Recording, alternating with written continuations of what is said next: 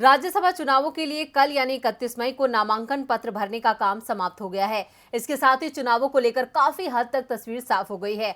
4 राज्यों को छोड़कर बाकी 11 राज्यों में निर्विरोध चुनाव तय दिख रहा है। तो किन किन राज्यों में हो सकती है वोटिंग और कहां होगा निर्विरोध चुनाव, देखते हैं ये रिपोर्ट। देश के 15 राज्यों की 57 राज्यसभा सीटों के लिए 10 जून को मतदान होना है, लेकिन अब मतदान की नौबत सिर्फ 4 राज्यों में दिख रही है।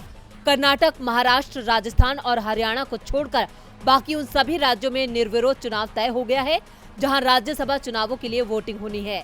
3 जून को नामांकन पत्र वापसी का समय समाप्त होने के साथ ही उन राज्यों में परिणाम घोषित कर दिए जाएंगे जहां वोटिंग कराने की जरूरत नहीं है। यूपी की 11, तमिलनाडु की 6, बिहार की 5, आंध्र प्रदेश की 4, उड़ीसा और मध्य प्रदेश की 3-3, छत्तीसगढ़, तेलंगाना, झारखंड और पंजाब की 2-2 और उत्तराखंड की 1 सीट पर चुनाव निर्विरोध तय हो चुका है, क्योंकि यहां उतने ही उम्मीदवार मैदान में हैं जितनी सीटों पर चुनाव हो रहा है। दूसरी ओर महाराष्ट्र की 6, राजस्थान और कर्नाटक की 4-4 सीटों के साथ हरियाणा की 2 सीटों पर वोटिंग की नौबत आती नजर आ रही है। यहाँ मुकाबला दिलचस्प होता दिख रहा है। इसके साथ ही विधायकों की खरीद फरोख्त के आरोप भी लगना शुरू हो गए हैं और ये आरोप बीजेपी पर ही लगाए जा रहे हैं। राजस्थान और हरियाणा में बीजेपी और उसके सहयोगियों के समर्थन से एक अतिरिक्त उम्मीदवार मैदान में आ गया है।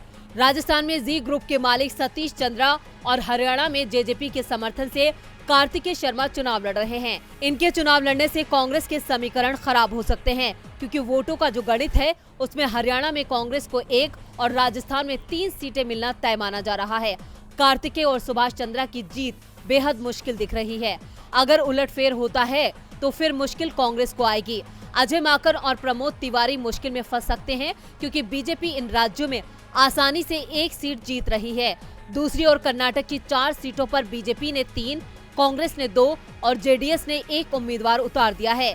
बीजेपी के 2 और कांग्रेस के 1 उम्मीदवार की जीत तय है।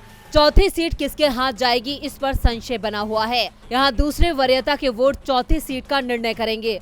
महाराष्ट्र की 6 सीटों में से बीजेपी ने 3 और महाविकास आघाड़ी गठबंधन की ओर से 4 उम्मीदवार उतारे गए हैं। मुकाबला बीजेपी के तीसरे उम्मीदवार और एमवीए के गठबंधन में शिवसेना के दूसरे उम्मीदवार के बीच होना है। शिवसेना, एनसीपी और कांग्रेस के 1-1 उम्मीदवार की जीत तय है। बीजेपी भी 2 सीटें आसानी से जीत रही है। डीबी लाइव की रिपोर्ट।